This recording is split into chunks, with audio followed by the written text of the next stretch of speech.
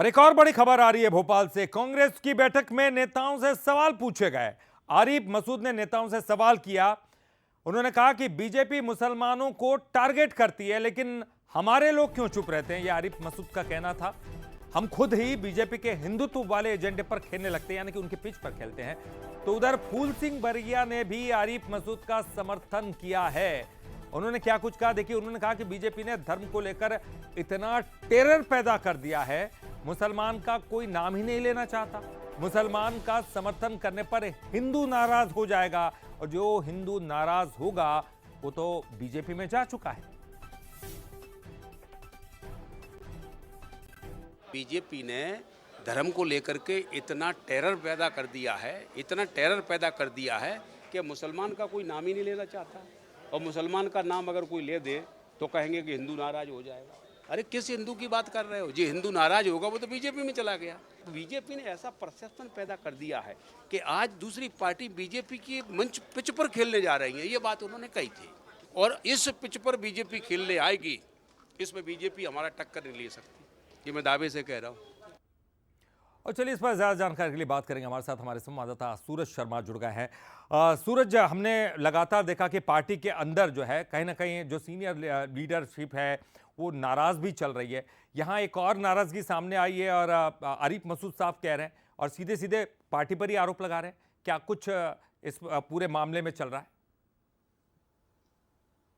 देखिए, बिल्कुल आज महत्वपूर्ण बैठक थी। इसमें कांग्रेस विधायक जो पदाधिकारी भी हैं, प्रदेश कार्यकारिणी के, उन्होंने एक बात उठाई थी कि आखिर जिस तरीके से बीजेपी कई बार मुसलमानों को कटघरे में खड़ा करती है, तो ऐसे में कहीं ना कहीं कांग्रेस के लोग चुप क्यों, कि आखिर वो क्यों उनका सपोर्ट नहीं करते।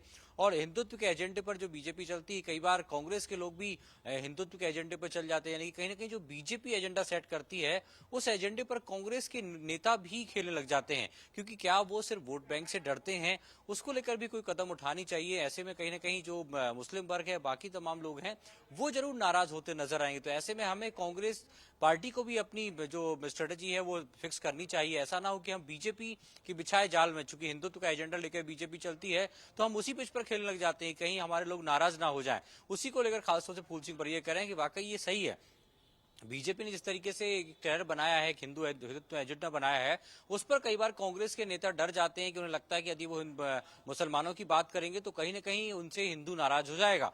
लेकिन वो हिंदू नाराज कब होगा, वो तो पहले बीजेपी में चुका है। मतलब साफ है कि वो ऐसे कई नेता जो कांग्रेस छोड़कर बीजेपी में जा चुके हैं, क्योंकि उन्हें मुसलमानों की बात करने से डर लगता था। लेकिन कहीं ना कहीं यदि अब कांग्रेस एकजुट होकर जाएगी, मुसलमानों के साथ देगी, तो कहीं ना कहीं वो बीजेपी को टक्कर दे सकती है। तो कुल मिलाकर बात वही है कि जिस तरीके से बीजेपी हिंदुत्व का एजेंडा लेकर चलती है और कहीं ना कहीं मुसलमानों को कटघरे में खड़ा करती है, ऐसे में कांग्रेस उन मुसलमानों के साथ क्यों नहीं है, ये बात कहने की आरिफ मसूद ने उठाई थी। पहला मौका नहीं है, इसके पहले भी जब एनआरसी लागू हो रही थी तब भी उन्होंने स्पष्ट तौर पर कहा था। बिल्कुल बिल्कुल बिल्कुल। और ये बात साफ है सूरज, क्योंकि तमाम चीजें जब सामने आती है तो कांग्रेस के जो लीडरशिप है उनको भी सोचने के लिए वो मजबूर कर देती कि आखिर ऐसी तमाम चीजें क्यों हो रही है, क्यों कांग्रेस कमजोर हो रही है। लगातार जो है सीनियर लीडर भी सवाल उठा रहे हैं। अब आरिफ मसूद साहब का ये सवाल भी जो है चिंता में डालेगा पार्टी को। निश्चित तौर पर इस पर भी नई प्रतिक्रियाएं सामने आएंगी। बहुत बहुत शुक्रिया आपका इस पूरी जानकारी के लिए बातचीत कर